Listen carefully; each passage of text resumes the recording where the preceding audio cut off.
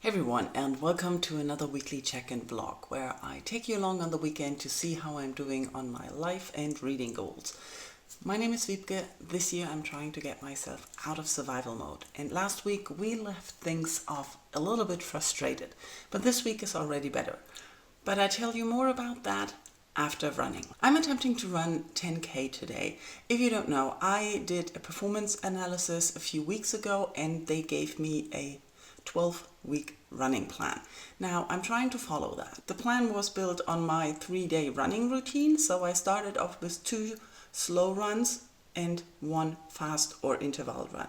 And the distance increased for the slow runs over the week. Last week there was a rest week, so I had only 2 very short, very slow runs. And this week I'm apparently supposed to find another running day. The plan says 2 slow runs, 1 medium run and 1 fast run. And I can't find another day. So I decided to put the 2 slow runs into 1 day, which makes 10K today. And I haven't run that distance in a long time, and my knees are creaking like a really old staircase this week. I don't know why. And my legs are very wobbly from yesterday's cycling. I had to cycle halfway through town and my legs came back wobbly. So I might not reach that distance, but that's okay. Then we'll just do the same week twice. My running companion will be still the Sword of Kaigen. I started that last week and I didn't finish. I'm actually not much further in. The Sword of Kaigen is a fantasy story. We follow the perspectives of a mother and a son. The story so far is set in their village. It's a mountain village that feels remote, but I don't know if it's just remote in their traditions and actions and technology compared to the rest of the empire, or if it's also distance remote. I'm not really sure on that one. But the book started off with the son going to school, meeting a new kid who came to school from outside because his father is going to set up towers so that the infocoms that they have in the village gets more information. And that's a huge part of the beginning of the book, that the son finds out from this newcomer that the history and information that the mountain village gets from their government, from the empire, is not the same or limited in what the others outside get. And so far I'm already at a point where it's pointed out why that is, because the government and the empire wants to have this mountain village as their protectors. Their main job is to be the Sword of Kaigen, the protector. They have to fight and protect the empire against attacks from the outside. And the less they know about the truth and what is happening, apparently the better they fight. That's the idea. I'm guessing they don't want them to rebel. But that's how far I got. And even though the son and the newcomer were quarreling a lot in the beginning, they've become friends by now. And everyone is excited about the new cell towers. Let's call them like that. I forgot the real name, but it's basically cell towers. And there is a lot of talk about how world-shattering this information was for the son. We also get the perspective of the mother who married into this family. And the family is a very well-known and important warrior family. So her job, because the village is remote and very traditional, is basically to give the family sons. She's not supposed to have any other ambitions or knowledge or input than being a humble housewife. Unfortunately, she was outside of the village for school, and she actually learned a lot of fighting there and is very good at sword fighting and also knows about the outside, but she's not allowed to tell anyone. And recently I just hit a chapter where the son let it slip to his father that he knows that there is more going on and that the government keeps secret, and the father is very strict, so that didn't go over so well, and he fought him in a sword fight, because that's what you do when you're sword fighters, right? And the situation ended with the son not being able to properly protect against his father. And the mother is always on the verge of jumping in. You could really feel it through the narration that she wanted to jump in, but she couldn't, because no one knows she knows sword fighting and can really help. And then the fight ends, and the father says, "You fix your son." And somehow it turns into her showing him sword fighting, and I love that. I really enjoyed that. I'm really enjoying the narration. I'm enjoying the story. I don't know where it goes. I'm not very far in. And the atmosphere is really interesting. We can see the struggles in this village with maintaining their traditions. They're very traditional. They're very sticking to what they've always done, the patriarchy, the role models. It's very fixed and it's hard to break out. And the son is really struggling with that, and the mother as well, because she feels very oppressed and unhappy there. And it's so great to see her enjoying the fighting, because she loved to fight at school. And we also get snippets back to her school days and what she did there. Those are very interesting too. I love to hear more. So let's hope I can run for the 10K. That's 90 minutes at the pace I'm probably running right now. So that would be a lot of audiobook time. Perfect. Talk to you later. Honestly, trying to keep my heart rate under 145 has me just stumbling like this for 9 kilometers now. 1 more to go. This is not the fun running I love. Back from running and breakfast done. Let's talk about what went wrong last week, why I was so frustrated and tired and exhausted. Well, I know why I was frustrated. I didn't figure out why I was tired and exhausted. I mean, I did get bad sleep. One thing I noticed is that the amount of hours doesn't really matter as much as the quality of the sleep I'm getting. So I can do fine on 4 hours of sleep for days if those 4 hours of sleep are relaxing and restful. But I didn't get any of those apparently last week, and I thought it was because instead of resting, I went walking around all the time. But I don't think that's it, because I wasn't burning more calories and spending more active minutes than I usually do. And this week I'm feeling much better despite having burned more calories and spent more time in general on activities. So I'm a little confused on that, but I did get much better sleep this week. So that is good. The other thing that I think really caused the frustration were 2 of my usual suspects: expectations and priorities. Let's talk about expectations. I tend to expect too much of myself. I always fall into the trap that I set for myself, that I make a plan of things that I can do.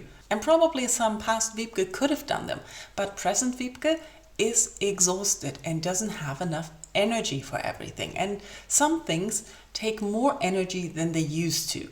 So I expect too much of myself. And when I don't reach what I think I should be able to do, I'm frustrated. That is one of the biggest problems I'm having with the exhaustion. And one thing that is causing me a lot of frustration and taking a lot of energy is a new camera I mentioned. I bought a camera because this one I'm using right now keeps glitching, and I already bought a new SD card, but now something with the focus was wrong this morning, so I used the other camera I have. So I decided, it's been a while since I bought a new camera, and I've been seeing the DJI Osmo Pocket 3 camera by a lot of people lately, so I thought, why not get that as well, since I'm vlogging a lot this year, and it might improve my outdoor footage because my mobile phone doesn't do very good footage. And I keep struggling to set it up. And that's one thing that is really draining me. Technology. I really can't do it anymore. That I sit down, set it up, start it, and just start using it. I look at it, I get frustrated, I put it away. I look at it, I get drained after I do one thing, I put it away. It takes me a lot more time than it used to get familiar with new technology. So this weekend, tomorrow, I'm actually traveling to Bremen to meet my family, and I would love to take the camera and use it and see how it's working. But I noticed today that I bought the wrong SD card. The camera keeps saying it's too slow. So, yay me. That was smart. But I finally managed to connect it to the app I needed to download, which already took me 3 days. So that's a good thing. The thing for that is that my expectation is that I can unpack it, set it up, and use it and do vlogs with that. The reality is I need a lot of minor actions every day to make progress. Once I've realized that, I could lower my expectations, which lowered the frustration levels. So that was good. So I'm actually hoping that I will be able to use the camera tomorrow to film something, but we'll see. But I'm not as frustrated by it as I was last weekend. That's good. Another problem I have with expectations in combination with priorities is that last weekend I set out to read a Discworld novel, but I didn't do it, which only means I didn't prioritize reading the Discworld novel. I did a lot of other things because I was restless, my mind was racing, I couldn't focus, but I didn't sit down and read the book. So, of course, I didn't make any progress in the book, let alone finish it. And that is something that I tend to do. I expect too much of myself, and then when I set out to do something, I don't prioritize that. So this weekend, well, mainly today, because like I said, I'm traveling to Bremen tomorrow, so not much reading time, but today, the afternoon, I want to prioritize reading the Discworld novel, I Shall Wear Midnight. I read about 2 chapters more during the week, so not much. And I hope to at least read a few chapters now and maybe go out for coffee later. I don't know. The thing is, I need to sit down and rest more than I'm doing, but I want to be outside when it's nice. So we'll have to find a compromise there. But this weekend, prioritizing reading the Discworld novel so that I actually feel better about that. A lot of the frustration with expectations and priorities also comes down to the fact that I like to be on track. On track is this arbitrary place where I feel comfortable with what I still have to do and what I have achieved. So that I'm not too far behind on things, but that I'm on track. But it's not really defined in a general place. It's a very personal, subjective feeling. So last Sunday, I managed to finish The Matchmakers in the evening, and that calmed me down a bit more because I felt more on track with series. I also finished the last episode of The Inheritance Detective, which I had been watching on and off, and I didn't know it was the last episode. I kept putting that episode off because I thought it would end on a cliffhanger and there would be another one. Yeah, that was stupid of me. But these things calmed me down a bit because I was more closer to being on track. I also have unfortunately subscribed to a lot of newsletters lately, and when they come in and I manage to read them immediately, it's not overwhelming. But I haven't been good at reading them on the day they came in. So now I'm behind, and I'm trying to catch up on that to feel less stressed by the things that accumulated. Same with YouTube watching. This week was a very good week at work for YouTube watching. Now, I have tasks where I don't have to focus and concentrate and have to wait for the computer to render something. And when that is happening, I can relaxedly watch YouTube on the side. That way, my watch later list is much in control now. But that, of course, will not continue happening once I start the new position, where I have a lot more focused tasks and less waiting for the computer to do something. So I'm postponing to think about that in the future because I have been subscribing to a lot of people lately. Yeah, not talking about that anymore. So, how am I doing? I feel better. I feel more caught up. I feel more relaxed. And I do think I had better sleep. I've also started drinking coffee again this week. So I finally made the final decision that drinking coffee has no outcome on the quality or amount of sleep I'm getting. That is good because I like drinking coffee. So what am I doing now? Sitting down to read I Shall Wear Midnight. Let's pretend I actually know what I'm doing. It's Sunday morning. I set up both cameras, like the new one and the actual one I normally use. And I don't know if this is working. So it's Sunday morning. Yesterday was a bliss of reading. I managed to read a couple of chapters in I Shall Wear Midnight. And in case you don't know, I Shall Wear Midnight is another Tiffany Aching novel where you get Tiffany being a witch. It's more of her mundane day-to-day life, explaining why witches do what witches do and dealing with tough stuff in the beginning. And then the Baron dies and she has to go to Ankh-Morpork and tell his son that his father's dead and that he's the Baron now. That's where I'm at right now. And at Ankh-Morpork, people have taken to hating witches, and it is a lot about their... Definitely is a creature who's responsible here, but you can take it into our world, how there's things spreading around and people all of a sudden all get some strange ideas in their heads, and love that. So really enjoying that reading experience. In the evening, I went and just rewatched Pride and Prejudice, as you do every now and again, and went to bed early to read more in The Blazing World. The Blazing World, I still am only 30% in. It's not the best of nighttime reads. If you don't know, I mainly read ebooks in bed, and yeah, I've been falling asleep a lot on this one, and it does have challenging language at some point. The chapters are each from different perspectives in different styles and different content. And there was a long, really complicated chapter in a male voice from one of Harriet Burton's boyfriends, ex-boyfriends. I don't know if he's an ex-boyfriend.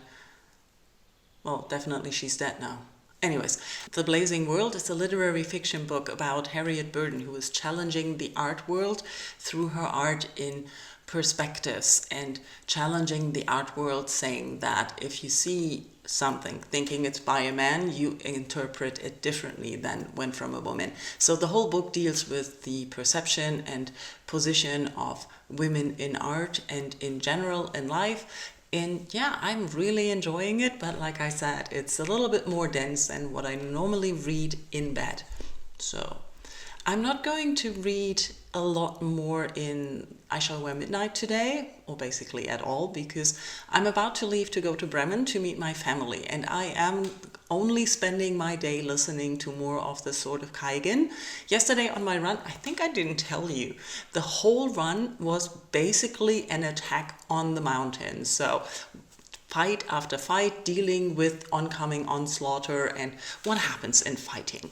I really enjoyed this. I normally am not one for endless fight narration and descriptions in books, so I'm curious to see where things are going now.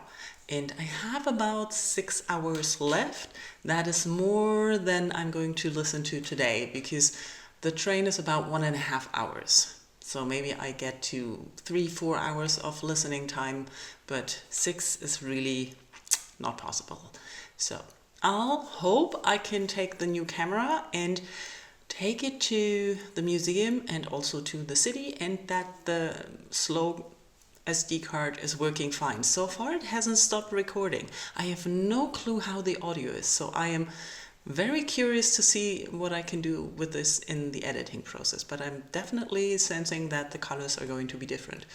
We'll see. Back home, it's 8 p.m. now. Let's quickly wrap this up. I had a very lovely day in Bremen with my family. We had quite some delayed trains today, especially my mother was cursed on her travels today, but everything was fine. We met at the Mexican, had some food, and then went to see the Documenta, which is an exhibition where a lot of art has been reimagined as part of the Donald Duck empire and family. So all the famous pictures that you know and have heard of and history as ducks.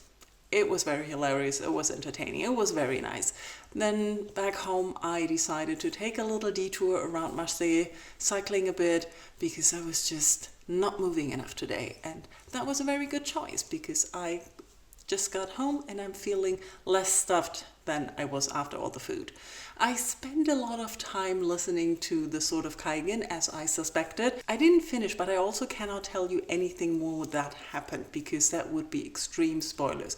I really am enjoying it. I like the narration of the audiobook, and I like how captivating it is. Even though things happen slowly, it's like I said, there was a long stretch of just fighting, but it's such a huge part of the story and the events that are happening. And I really don't know where it's going from where I'm at now, but I really enjoy the characters. I really enjoy how they have to deal and struggle with the lies their government tells them, facing a reality where they expected things differently and rearrange how they live, and everything is really up and open right now. So I'm hoping to finish that in the next few days. hopefully. Let's see. And now I would like to hear, how was your weekend? Did you have a good weekend, a relaxing one? Did you do something exciting, or did you just lie around and read? That's also exciting, isn't it? Let me know in comments, and thank you all for watching. Bye bye.